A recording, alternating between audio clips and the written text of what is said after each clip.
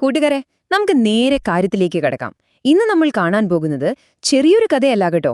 പ്രാചീന മിഡിൽ ഈസ്റ്റിന്റെ സങ്കീർണമായ രാഷ്ട്രീയവും അതിനിടയിൽ പെട്ടുപോകുന്ന ഒരു സാധാരണ വൈദ്യന്റെ ഹൃദയഭേദകമായ ജീവിതയാത്രയും കൂടിച്ചേരുന്ന ഒരു ഒന്നാന്തരം ചരിത്ര വിശകലനമാണിത്. സിനുഹെ എന്ന ആ വൈദ്യന്റെ കണ്ണുകളിലൂടെ പുരാതന ഈജിപ്തിലേക്ക് നമുക്കൊരു യാത്ര പോയാലോ? ഈ വിശകലനം നമ്മൾ തുടങ്ങുന്നത് തന്നെ സിനുഹയുടെ വവര വിഷാദം നിറഞ്ഞ കുറച്ചു വാക്കുകളിലൂടെയാണ്. ഏകാന്തമായ ഒരു പ്രവാസ ജീവിതത്തിലിരുന്ന് അദ്ദേഹം തന്റെ ഭൂതകാലത്തിലേക്കൊന്ന് തിരിഞ്ഞു നോക്കുകയാണ്.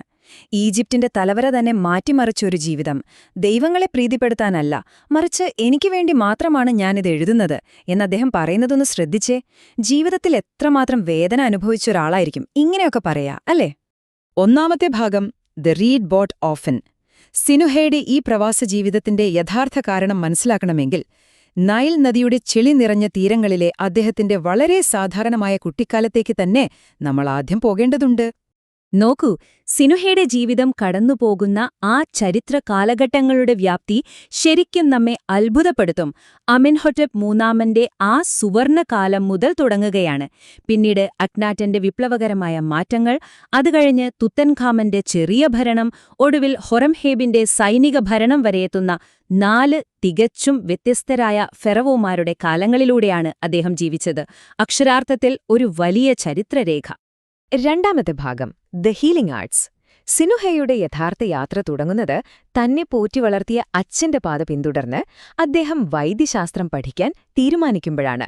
അങ്ങനെ ജീവന്റെ രഹസ്യങ്ങൾ സൂക്ഷിക്കുന്ന ഹൗസ് ഓഫ് ലൈഫ് എന്ന ആ ദുരൂഹമായ ഇടത്തേക്ക് അദ്ദേഹം എത്തിച്ചേരുകയാണ്. ഇവിടെ ശരിക്കും വിശ്വസിക്കാൻ കുറച്ച് ബുദ്ധിമുട്ടുള്ള കാര്യം എന്താണെന്ന് വെച്ചാൽ, അക്കാലത്തെ വൈദ്യശാസ്ത്രത്തിന്റെ വളരെ പരുക്കനായ ക്രൂരമായ ചില യാഥാർത്ഥ്യങ്ങളാണ്. തലയോട്ടി തുറന്നുള്ള ശസ്ത്രക്രിയ അഥവാ ട്രെപ്പാനിംഗ് എന്ന ഈ ഭയാനകമായ പ്രക്രിയ സിനുഹെ പഠിക്കുന്നത് സാക്ഷാൽ മഹാനായ എമെൻഹോട്ടെപ് മൂന്നാമൻ ഫറവോ മരണക്കിടക്കയിൽ കിടക്കുമ്പോഴാണ്. ഒരു മയക്കുമരുന്നുമില്ലാതെ തലയോട്ടി മുറിച്ചും തുളച്ചും തലച്ചോറ് പുറത്തു കൊണ്ടുവരുന്ന അന്നത്തെ അവസ്ഥയെന്ന് ചിന്തിച്ചു നോക്കൂ. ഭയങ്കരം തന്നെ. മൂന്നാമത്തെ ഭാഗം ഇല്യൂഷൻസ് ഓഫ് ദ വേൾഡ്. എല്ലാം നല്ല രീതിയിൽ പോകുമ്പോഴാണ് അദ്ദേഹത്തിന്റെ ജീവിതത്തിൽ ആ വലിയ ദുരന്തം സംഭവിക്കുന്നത്. നെഫർ എന്നൊരു സ്ത്രീ സിനുഹയുടെ സമ്പത്തും എന്തിന് മാതാപിതാക്കളുടെ ശവകുടീരം പോലും തട്ടിയെടുക്കുന്നു. അതോടെ നാടുവിടാനും ലോകം മുഴുവൻ ചുറ്റിക്കാണാനും അദ്ദേഹം നിർബന്ധിതനാവുകയാണ്. സിനുഹയുടെ ഈ യാത്രകൾ ലോകത്തെക്കുറിച്ചുള്ള അദ്ദേഹത്തിന്റെ മിഥ്യാധാരണകളെ എങ്ങനെ പൊളിച്ചെഴുതിയെന്ന് നമുക്കൊന്ന് നോക്കാം. ബാബിലോണിലെ പണത്തോടുള്ള ആർത്തി, ഹിറ്റൈറ്റുകളുടെ ക്രൂരമായ സൈനിക ശക്തിയും ആയുധങ്ങളും, ക്രീറ്റിലെ സ്വതന്ത്രമായ കലയും സൗകര്യങ്ങളും, ഒടുവിൽ യാതൊരു മാറ്റവുമില്ലാത്ത സ്വന്തം നാടായ ഈജിപ്തിന്റെ യാഥാസ്ഥിതിക രീതികളും എല്ലാം അദ്ദേഹം നേരിട്ട് കണ്ടറിയുകയാണ്. മനുഷ്യപ്രകൃതത്തിന്റെ വ്യത്യസ്തവും ക്രൂരവുമായ മുഖങ്ങൾ അദ്ദേഹത്തെ ശരിക്കും മാറ്റിമറിച്ചു.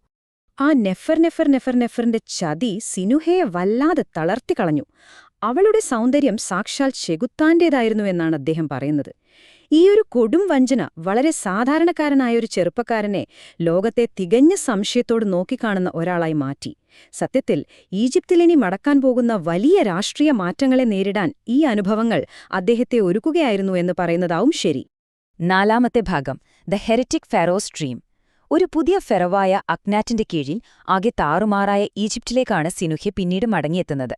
പുരാതനമായ ആ ലോകത്ത് തികച്ചും വ്യത്യസ്തവും ഏതാണ്ട് അപ്രായോഗികവുമായ ഒരു പുതിയ ഭരണവ്യവസ്ഥ അടിച്ചേൽപ്പിക്കാനാണ് അക്നാറ്റൻ ശ്രമിച്ചത്. ഇതൊരു വലിയ ആശയപരമായ ഏറ്റുമുട്ടലായിരുന്നു. അതുവരെ സമ്പത്തിനെയും യുദ്ധത്തെയും പ്രതിനിധീകരിച്ചിരുന്ന പഴയ ദൈവമായ അമോണിനെ ഉപേക്ഷിച്ച് സമാധാനവും സമത്വവും മാത്രം ലക്ഷ്യമാക്കുന്ന ആറ്റൻ എന്ന പുതിയ ദൈവത്തെ അഗ്നോറ്റൻ സ്വീകരിച്ചു. അതായത് ലോകത്ത് ഒരേ ഒരു ദൈവം മാത്രമേ ഉള്ളൂ എന്ന് വിശ്വസിച്ച് അദ്ദേഹം അതുവരെയുള്ള പഴയ വിശ്വാസങ്ങളെ പൂർണ്ണമായും വലിച്ചെറിഞ്ഞു. തന്നെ ഈ സ്വപ്നം എങ്ങനെയും യാഥാർത്ഥ്യമാക്കാൻ അക്നാറ്റൻ എന്തു ചെയ്തു എന്നറിയാമോ? മരുഭൂമിയിൽ അഖെറ്റാറ്റൻ അഥവാ സ്വർഗത്തിന്റെ നഗരം എന്ന പേരിൽ ഒരു പുതിയ തലസ്ഥാനം തന്നെ അങ്ങ് നിർമ്മിച്ചു. യഥാർത്ഥ ലോകത്തിലെ പ്രശ്നങ്ങളിൽ നിന്നും യുദ്ധങ്ങളിൽ നിന്നും അകന്ന് സമാധാനകാംക്ഷികളായ തന്റെ അനുയായികൾക്കൊപ്പം അദ്ദേഹം ഈ നഗരത്തിൽ ഒതുങ്ങിക്കൂടി. അതിർത്തികളിൽ ശത്രുക്കൾ വാളും പിടിച്ച് തക്കം പാർത്ത് നിൽക്കുന്നുണ്ടെന്ന യാഥാർത്ഥ്യം അദ്ദേഹം സൗകര്യപൂർവ്വം മറന്നുകളഞ്ഞു. അഞ്ചാമത്തെ ഭാഗം ദ പ്രൈസ് ഓഫ് ഐഡിയലിസം. എക്കാലവും ഇങ്ങനെ യാഥാർത്ഥ്യങ്ങളിൽ നിന്ന് ഒളിച്ചോടാൻ കഴിയില്ലല്ലോ. അഖ്നാറ്റന്റെ മനോഹരമായ ആ സ്വപ്നലോകം അധികം വൈകാതെ തന്നെ പുരാതന ലോകത്തിന്റെ ക്രൂരമായ യാഥാർത്ഥ്യങ്ങൾക്കു മുന്നിൽ തകർന്നടിഞ്ഞു. നിങ്ങളിതൊന്ന് ശരിക്കും ആലോചിച്ചു നോക്കൂ. വെറും സമാധാനം മാത്രം പറഞ്ഞുകൊണ്ട് വാളുകൾ ഭരിക്കുന്ന ഒരു ലോകത്ത് ഒരു രാജ്യത്തിന് അതിജീവിക്കാൻ കഴിയുമോ? ഹിറ്റൈറ്റുകളുടെ ക്രൂരമായ ആക്രമണങ്ങളിൽപ്പെട്ട് കൈകാലുകൾ മുറിക്കപ്പെട്ട സിറിയൻ അഭയാർത്ഥികൾ ഫറവോയുടെ മുന്നിലെത്തുമ്പോഴാണ് ഈ ചോദ്യത്തിന് വളരെ ഭയാനകമായ ഒരു ഉത്തരം ലഭിക്കുന്നത്. പ്രായോഗിക ബുദ്ധിയില്ലാതെ ആദർശങ്ങൾ മാത്രം ജനങ്ങളുടെ മേൽ അടിച്ചേൽപ്പിക്കുന്നത് എങ്ങനെ കൊടിയ പട്ടിണിയിലേക്കും വലിയ കലാപങ്ങളിലേക്കും നയിക്കും എന്ന് ഇത് കൃത്യമായി കാണിച്ചു തരുന്നുണ്ട്. ഹിറ്റൈറ്റുകൾ ഈജിപ്ഷ്യൻ പ്രദേശങ്ങൾ കീഴടക്കുന്നു, ജനങ്ങൾക്കിടയിൽ പട്ടിണി രൂക്ഷമാകുന്നു, തീബ്സിന്റെ തെരുവുകളിൽ രക്തരൂക്ഷിതമായ കലാപങ്ങൾ പൊട്ടിപ്പുറപ്പെടുന്നു, ഒടുവിൽ ആറ്റൻ ദൈവത്തിന്റെ ക്ഷേത്രങ്ങൾ വരെ തകർക്കപ്പെടുന്നു. എന്തൊരവസ്ഥയാണല്ലേ? നിർഭാഗ്യവശാൽ ആ കലാപം സിനുഹയുടെ വ്യക്തിജീവിതത്തെയും വെറുതെ വിട്ടില്ല. തീബ്സിലെ ആ വലിയ കലാപത്തിൽ അദ്ദേഹത്തിന് തന്റെ പ്രണയിനിയായ മെരിറ്റിനെയും രഹസ്യപുത്രനായ ചെറിയ തോത്തിനെയും നഷ്ടപ്പെട്ടു. സിനുഹയുടെ ലോകം അവിടെ പൂർണ്ണമായും തകർന്നുപോയി. ഒരു രാജ്യത്തിന്റെ തകർച്ച എങ്ങനെ ഒരു സാധാരണക്കാരന്റെ ഏറ്റവും പ്രിയപ്പെട്ടതെല്ലാം ഇല്ലാതാക്കുന്നു എന്ന് ഈ സംഭവം നമുക്ക് കാണിച്ചു തരുന്നു. ആറാമത്തെയും അവസാനത്തെയും ഭാഗം ദ എക്സൈൽഡ് ട്രൂത്ത് ടെല്ലർ.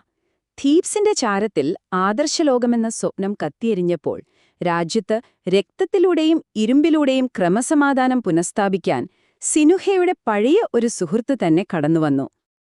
ഭരണാധികാരികളുടെ ഏറ്റവും വലിയ ദുരന്തമാണ് നമ്മളിവിടെ കാണുന്നത്.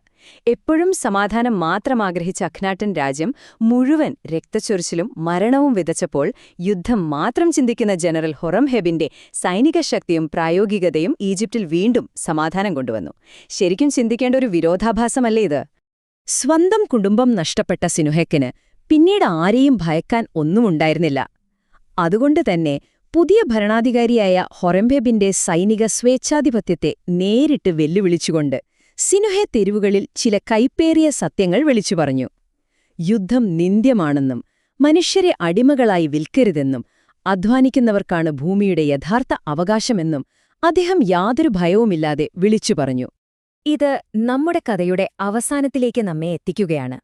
അധികാരത്തിന്റെ മാത്രമില്ലാത്ത യന്ത്രത്തെ പ്രതിനിധീകരിക്കുന്ന ഹൊറംഹെബ് ഒടുവിൽ തന്റെ പഴയ സുഹൃത്തായ സിനുഹയെ കിഴക്കൻ സമുദ്രത്തിന്റെ വിജനമായ തീരങ്ങളിലേക്ക് നാടുകടത്തുന്നു. തന്നെ നിരന്തരം അപകീർത്തിപ്പെടുത്തുന്നത് ഇനി സഹിക്കാൻ കഴിയില്ല എന്നാണ് ഫറവോ ഇതിന് കാരണമായി പറയുന്നത്. ഇന്നത്തെ ഈ ചരിത്ര വിശകലനം നമ്മളിവിടെ അവസാനിപ്പിക്കുമ്പോൾ ഒരു ചോദ്യം നിങ്ങളുടെ മനസ്സിൽ അവശേഷിക്കട്ടെ. സത്യം വിളിച്ചു പറയാൻ ധൈര്യം കാണിച്ചതുകൊണ്ട് മാത്രമാണ് സിനുഹെക്ക് തന്റെ കുടുംബവും നഗരവും എന്തിന് സ്വാതന്ത്ര്യം പോലും നഷ്ടപ്പെട്ടത്?